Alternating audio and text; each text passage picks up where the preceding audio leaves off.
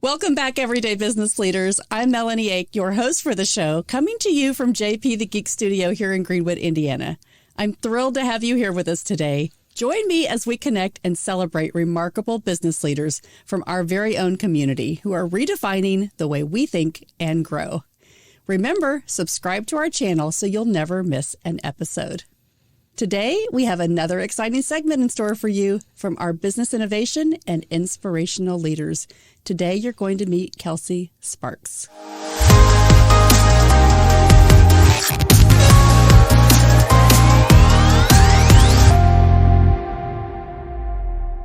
Hi, Kelsie. Hi, Melahni. Thank you so much for having me out. I'm so excited to be on the show. Yeah, I feel like we've been doing this for a long time together. Yeah. I feel like we just connected right away. Ever from the first time we got coffee together, I just really respected you and felt like I could learn so much from you. So I'm so excited to be on your show.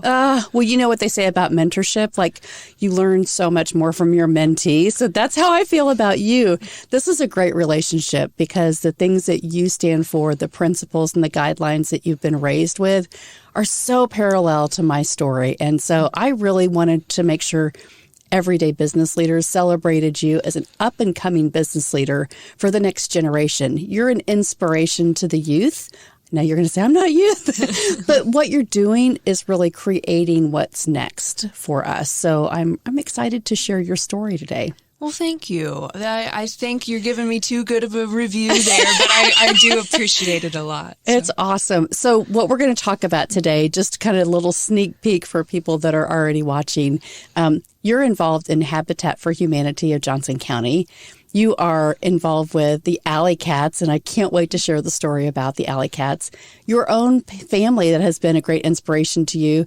Chick-fil-A, homeschooled to really going into public environments and being a speaker, the things that you have realized in your career, and you're a realtor. I get bored if I sit around for too long. I have to always be doing something. So let's just try it all and see. Oh, my gosh. I know. So I want to start where you started with your family, the inspiration. I always say the people that have inspired you to become kind of the core values that you have. Mm-hmm. Talk to me about your family, how you were raised, and kind of those beliefs that you've continued to carry with you. Yeah, my family has been amazing. I am blessed to have two parents that love me so much, and they're still together, and they, raised us with a lot of Christian values. They really have always modeled servant leadership for me because they have sacrificed so much for me and my siblings over the years. Even back when the recession of '08 hit, my dad worked in construction.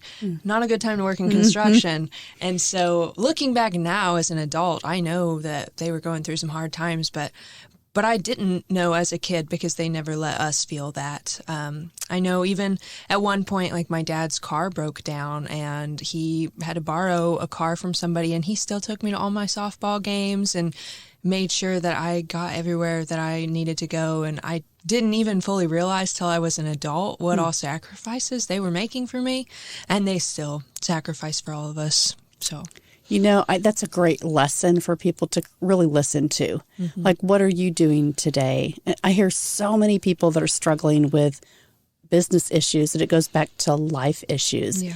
If you're not sacrificing for other people, if you've never felt that sacrifice that someone else can provide to you, it's really hard to kind of think about how to serve people, right? So I love that you talked about that first, because everything really ties into your story of the things that you've learned and how you're such a confident leader today. I think it just exemplifies who Kelsie Sparks is. Well, thank you. I think one thing I learned about confidence in college is that you just got to fake it till you make it. We're all scared. I think, what's the statistic? Like 70% of people feel imposter syndrome. So nobody's really that confident. Just pretend to be confident. You come off as confident. It works out. Well, you talked about speeches, right? Getting up and giving a speech. But, people say that is the scariest thing for them to do. Like 98% of the population would never want to get up and speak in front of anyone. Mm-hmm. And so going from homeschool environment to like, okay, now I have to like really be social in the world and the expectations and the fear of transferring through that. But you didn't, you had a great mentor to help you realize, like, what did he tell you? What did he tell you about that? Yeah. So I was homeschooled growing up, and I gave some speeches and stuff at different classes, but I don't know if I gave as many as a public school kid would give. I've never been to public school. I don't really know. But I got to college, and freshman year speech class, I'm going to talk about two different mentors, if that's okay. Yeah, absolutely. Freshman year speech class, I was so blessed to have John Crane as my professor. He's a state senator now for Indiana. He is awesome. So he stands up first day of class. He says, okay, everybody stand up. And we all stand up. And he says, why did you stand up? We're little freshmen. We said, you told us to stand up? Because you said so. He said, because I own the room. And when you're standing up here, you own the room. And people don't even know if you're going to mess up or if you say something you didn't mean to say. They're looking at you as the authority because you own the room right now. So that is something that I think helped me giving speeches. And then as I got further into college, I had to do a presentation on leadership. It was 45 minutes long. It was just me. And I was really nervous. I was kind of shaking during it. And afterwards, my professor complimented me and told me that you looked so confident. And if you ever want to come speak to the other college that I teach at, I would have you speak in front of all the students. And I said, oh my goodness. Well, that's so nice of you. But I wasn't confident though. I was shaking. I'm glad you couldn't see it, but I was shaking. And I said, how long until that goes away? And he said, no, you don't want it to go away. That the nerves mean that you care. And if you ever stop feeling nervous, it means that you don't care. He'd been a pastor for like 20 years. He said, I still get nervous, and you should. So. Because you don't know, like my mentor, John Maxwell, always says, right, it's about your audience. And if you can connect to your audience, figuring out a way to really be real and authentic, then you can impact more people the way that you want to present. So whatever it is, like thinking about that presentation, it's not about you. It really is about that audience. It is. I love that. Yeah. And you model servant leadership really well, which is something that I, really want to talk about. And I've been so blessed to grow up with so many people that really modeled servant leadership to me. We talked about my parents already, but growing up, I was actually a really shy kid. I told my boss... No way. I know. Believe it or not, I was so quiet. I just didn't talk very much in a group. And I told my boss at Habitat that this week, Leanne, and she said, I don't believe that. That's not true. You were never shy. But I was. And in middle school, I started going to a new youth group that I went to all through high school. It's run by a couple named Mike and Pam Bandy. And for some reason, they decided that I was going to be a leader. So they saw something in me that I don't know what they saw, but they decided to really push me out of my comfort zone. And they had always said that they wanted all the kids going through their youth groups to be leaders. And so they really, really pushed me and honestly changed my life and how I interact with other people in the world. And I think by the time I graduated high school, I was a completely different person than the shy little girl that walked into their house in middle school. So in college, I started working for Chick-fil-A in Greenwood and worked for Rick Johnson and his wife, Katie. And they modeled servant leadership so well. I remember there were times that we'd be short-staffed or we'd be struggling in the restaurant, and Rick and Katie would come in to help. And not only would they help, but they would do the job that none of us wanted to do, and they would go wipe the tables. I mean, they could have come in, run the ship. It's their restaurant, but no, they came in and they wiped tables. They never would ask us to do anything that they wouldn't do themselves. They just modeled servant leadership so well, and I was so blessed to have a boss like that. In college, it's my first, quote unquote, real job. I grew up reffing soccer games, so I'd been out, but quote unquote, real job, and just learned so much from Rick and Katie in my time at Chick-fil-A. So the philosophy, so a lot of people will say, maybe they're watching this, right? They love the chicken sandwiches or their nuggets, or they're like addicted to their sweet tea. But the philosophy is what drives us to come to the culture of Chick-fil-A. And they have kind of a design. I've worked with Jeff Henderson that worked with the marketing team with Chick-fil-A, and he's one of inside of the John Maxwell team, and a lot of different programs. And he talks about, his experience with throwing the cows out in the middle of the Georgia game. Like he thought he was going to get fired, and it actually started to become their brand. Yeah. And so the way that they think, though, isn't be scared to take a risk. It's really the philosophy of going that extra mile. Yeah. So when they talked to you when you were getting trained and they were bringing you on board, what's different than going to McDonald's or going to Walmart, that hiring on process? How did they onboard you? Well, I can't speak to differences per se because I didn't experience those other companies, but I remember sitting down my first day and Nathan Johnson, Rick's son, sat me down and, he said, I don't know your background. I don't know if you know much about the Bible, but Chick-fil-A has this philosophy of second mile service, and it comes from a passage in the Bible. So back in Bible times, if a Roman soldier asked you to carry his armor, you had to do it for 1 mile, and then your civic duty was done.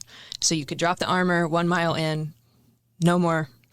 But Jesus said, if someone asks you to go 1 mile, go with him 2. And that's what he's referencing.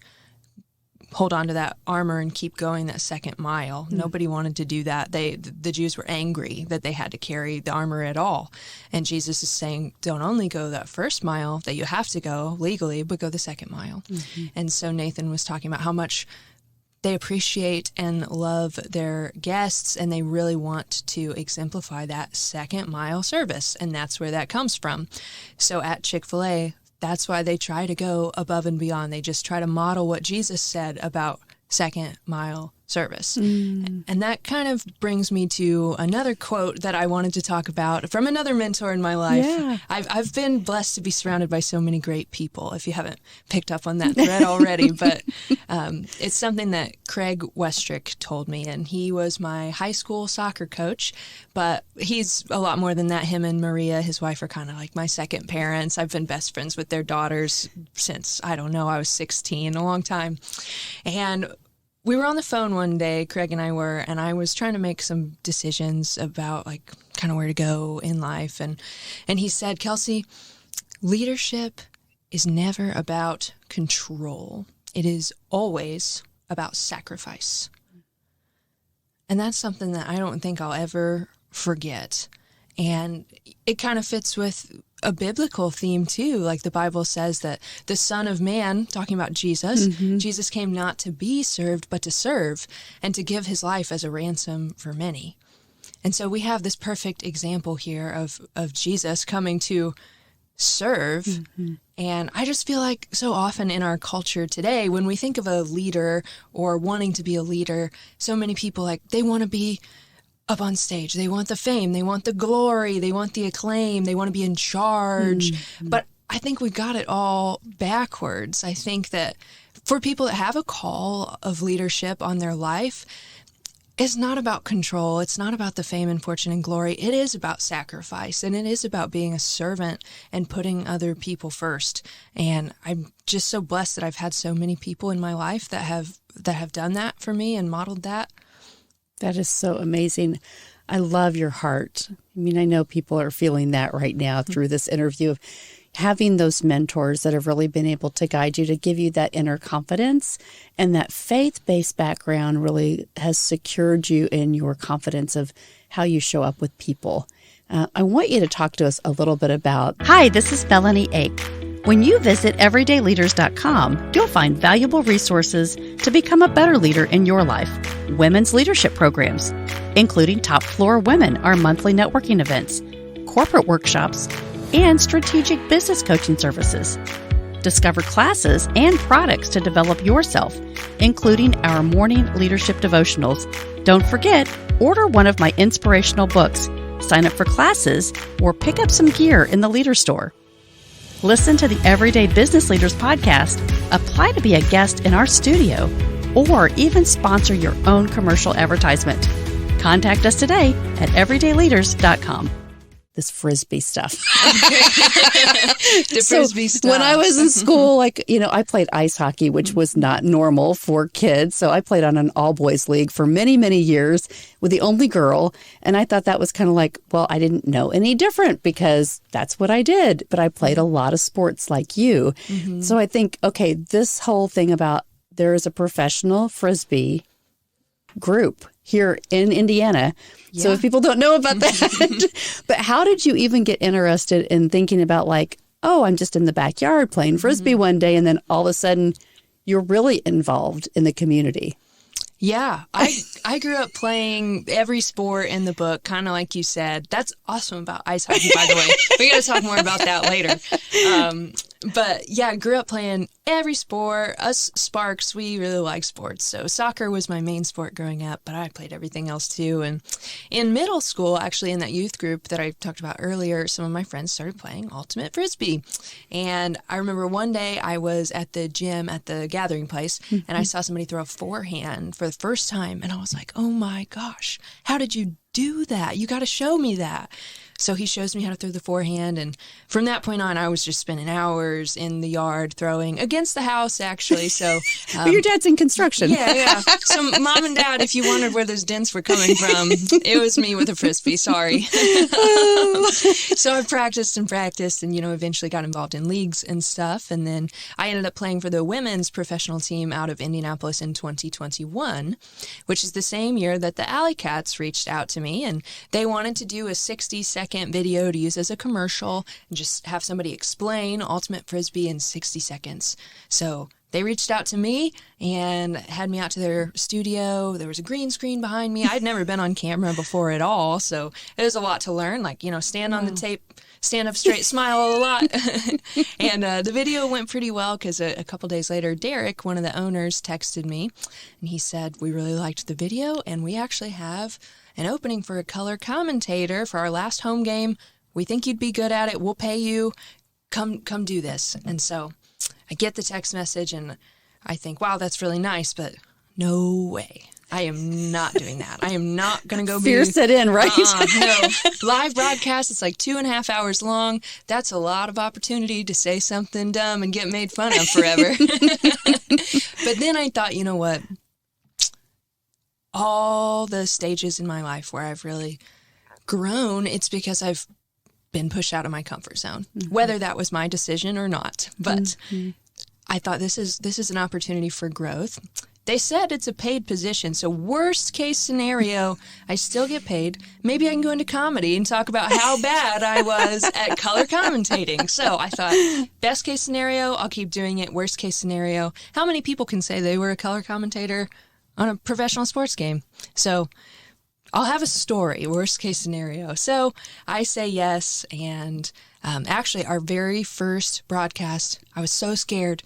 I was shaking, and I'm really blessed to be able to work with John Herrick. He is my play-by-play partner for the Alley Cats. He actually works for IU Sports now. He is one of the best in the business, and he's really taken me under his wing and shown me what it takes to be a good broadcaster. So I'm so thankful that he's been so patient with me and so great to work with. So I am, with John getting ready for the first broadcast ever, and there was actually a mess up on the league level. It wasn't the Alley Cats' fault, but the league messed up something and we had to stall. We were supposed to talk for 5 minutes, but we ended up having to talk for, I think it was 30 minutes.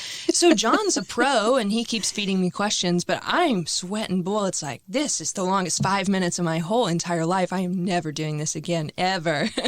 But we got through it, and I'm still here, and I am so appreciative of the Alley Cats. They've done so much to invest in me as a person, and they really believe in me. They believed in me even when we were stalling and it wasn't going well my first time. So Derek and Tim and Travis, they've all been awesome, as well as John. So now, where do they play? Where do they play here locally? The last couple years, their home games have been at Grand Park. I'm not sure if we're going to be back at Grand Park next year. That hasn't been announced yet. They're figuring out the venue. But yeah, up on the north side is where they have been. So they play in the AUDL, American Ultimate Disc League. And there are teams all over the country. There are 2 teams in Canada, actually. Wow. And the AUDL actually just did an article on me and another female broadcaster for Chicago. So they were kind of pushing the female broadcasting team. So that came out recently. And we were both lucky to be mentored by the same woman she's one of the main broadcasters for the league, just countrywide. Her name's Megan Tormey, and we had never met in person before, but she took time to talk to me on the phone before my first broadcast and give me some pointers. And so she's been so awesome, and I would love to pass that on to other women wanting to get involved in sports broadcasting. So if you are interested, please talk to me. Yeah. That is awesome. I went to Ball State for broadcasting, and I just decided like the path was going to change for me. But now I've been able to use that in all the jobs that I've ever had, which I think it gives you a sense of confidence. Like, how do you know what's going to happen or kind of lead the next thing, right? Because people want to be entertained, but they also want to be educated on what's happening. So kudos to you, because that's like something that you just kind of stepped into. But you had been training your whole life. They say luck is when preparation meets opportunity. So I think you have been really groomed for the things that you're doing today. And so, yeah, things are going to happen continuously in your life. Yeah, I think I just have been so blessed to be around such good mentors and people that really, really pushed me to succeed and really just gave me a lot of great advice and direction. And so, yeah, going on to the next thing has never had to be too scary because I knew that I had so many people behind me. And I'm also able to laugh at myself. So, if you mess up, you mess up, whatever. I want to transition about Habitat for Humanity, because when we talk about giving, the things that you're doing and the things that you're giving back to working for Habitat for Humanity in Johnson County, it's a big deal, like building a house for a purpose. And you guys have recently become a partner with Because One. Talk to us about that relationship with Because One. What does that mean? What does that help you guys accomplish? And what are you doing through this? Yeah. So I love working for Habitat for Humanity of Johnson County.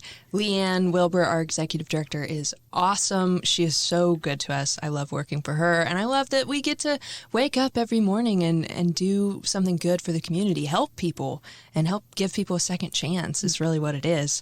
So I love working for Habitat. They have a phenomenal mission. And we are so excited to be partnered with Because One. We had an awesome sponsor our room, Taylor Artizone with the Artizone Group. He really connected with our mission and decided to sponsor our room.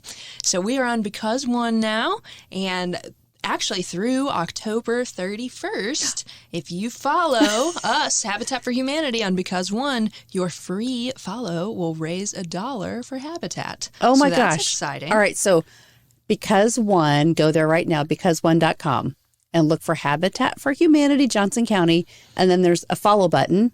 So sign up with your email, follow them, and you will get $1 through October 31st? Yes, your free follow will raise $1 for Habitat. So we're excited about that, and we're excited about the platform in general. It's such a cool concept. They've done a great job with it. So once you make your account and follow us, you can follow along with our needs, and we'll be posting actual tangible needs. So for example, we need a nail gun right now. How cool is it that you could sponsor a nail gun that's going to be used to build habitat homes? Wow. You're building hope for families. And the whole idea of Because One is because one person gives, it can inspire the next person to give. So it's kind of almost a social media site too. So because one person donates this nail gun to us, maybe somebody else donates a box of nails to go with it. You can see, and it's really cool. So we're excited to see how this partnership can grow. I love Because One. The girls were in the studio a couple of weeks ago. Stacia and Stephanie, they are wonderful people, and they thought about creating this space for people that are doing nonprofit work to really partner with investors and donors. I think is amazing because you never know, and it helps them reduce the cost of websites and managing that, and they really promote those organizations. So congratulations. And I really am going to post this on social media through October 31st. So remember, go to becauseone.com, look for Habitat for Humanity, follow them, just fill out your email address and click that follow button so they can also get $1 towards their services. So I'm really proud of you for that. I know that's just kind of makes sense that the things that you're doing are all about servant leadership. Well, thank you. That's kind of you to say. I've always been passionate about helping other people, connecting other people, I would say. And I've just been really blessed to have some of these opportunities. So I love working for Habitat. It's a great organization. It is a great organization, but that's not all. Kelsie Sparks is also in alignment with the things that are in your heart, and you are a realtor. I am a realtor. People may not even know that about you. That's new. That's new too. So yeah, I am super excited about that. Got licensed just here this summer, and I'm working with Fathom Realty, and then I'm on a local team as well. I'm on the Eli Skinner team. Simplify at Fathom Realty, and they've been awesome to work with. Eli is one of the best in the business, and he's taken me under his wing and given me a lot of great advice. So it is a lot easier to do something new when you have a good mentor that's going to be there for you the whole way, you know? Mm-hmm. A lot of people would say, my gosh, how do you spend all this time doing all these amazing things that you're really giving back to people? And I think of realty like all of these other industries that say, well, how do you stand out? How did you choose which company to go with? Because there's a lot of choices. There's a lot of people that say, oh, I got my real estate license, I don't use it. Or Dave Ramsey says it's always a great time to buy a house, but yet people are saying the interest rates are a little high. So how do you differentiate yourself in that space to say, look, I can help you because what is that? Mm-hmm. Well, I chose my team because I've known Eli since I was a kid, actually. He used to lead worship at Mount Pleasant when I was like 8 years old. He had us all jumping up and down to like Little Light of Mine or something like that. I don't know. But you have that relationship, right? So there you go. So that's how I chose my team. But the way to stand out, I think, is just to show genuine care and concern for other people. I mean, you're not going to just be a number with me. I would love to have you out for coffee and talk about what you're looking for in a home. And we have technology now that it's really easy to search those parameters, and we can adjust those as we go. And yeah, so just genuine concern and care for others is what I'm trying to put out there. I really do care, and I have your back. I'll work hard for you. So talk to me a little bit about how Fathom is different than other brokerage real estate companies than kind of what mainstream might be. Yeah, Fathom is founded on biblical principles as well, actually. So they are all about servant leadership, just the same as Chick-fil-A. And, you know, it made sense that that's where Eli chose to make his team, just because of everything that I've known about Eli growing up. And like I said, known him since I was like 8 years old. So just that idea of servant leadership. Mm-hmm. Gosh, Kelsie, this has been awesome. I think all the things that you've done, you know, and I look at you and go, you could be my daughter. But what I love is you're in this generation that a lot of people don't give credit to, that are kind of in the business world, that say, oh, it's the millennials, or oh, it's the Gen Zers, and they don't get it.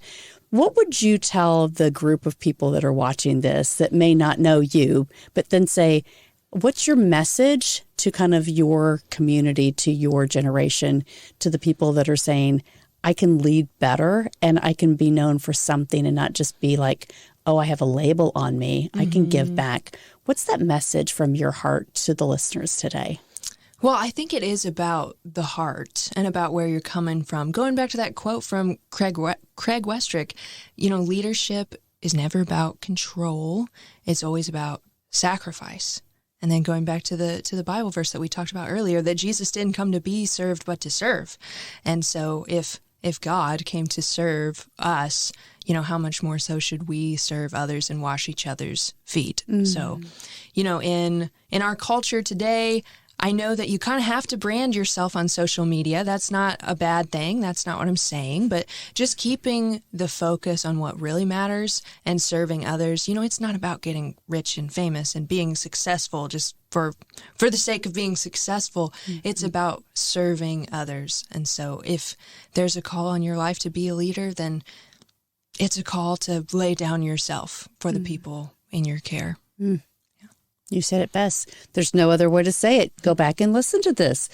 You're an amazing person. And I'm so glad that you spent time with us today in the studio, and all the things that you're involved in, from the Alley Cats, broadcasting, taking that role at Chick-fil-A, like knowing who you are, being involved in Habitat for Humanity, and real estate with Fathom Realty. I think all those things really make you the person that people want to connect to.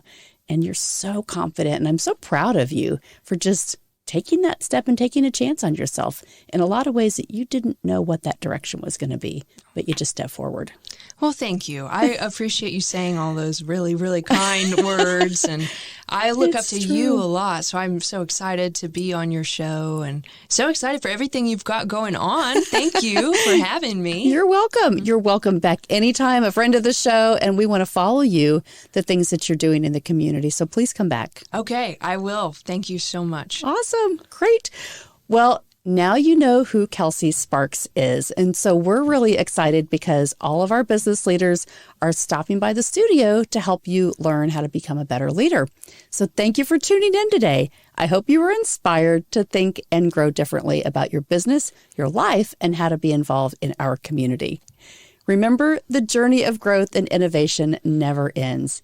And it's our mission to keep bringing you the best insights right here from our community. Stay tuned for more episodes that are filled with wisdom, innovation, and inspiration. This is Melahni Ake signing off from JP the Geek Studio, where better IT service is just a call away. They say, own it, secure it, protect it. Until next time, don't forget to subscribe to our channel and turn on those notifications so you'll never miss an episode. Everyday Leaders helps you to become a better leader every day. It's not what you do in a day. It's what you do every day that makes the most impact.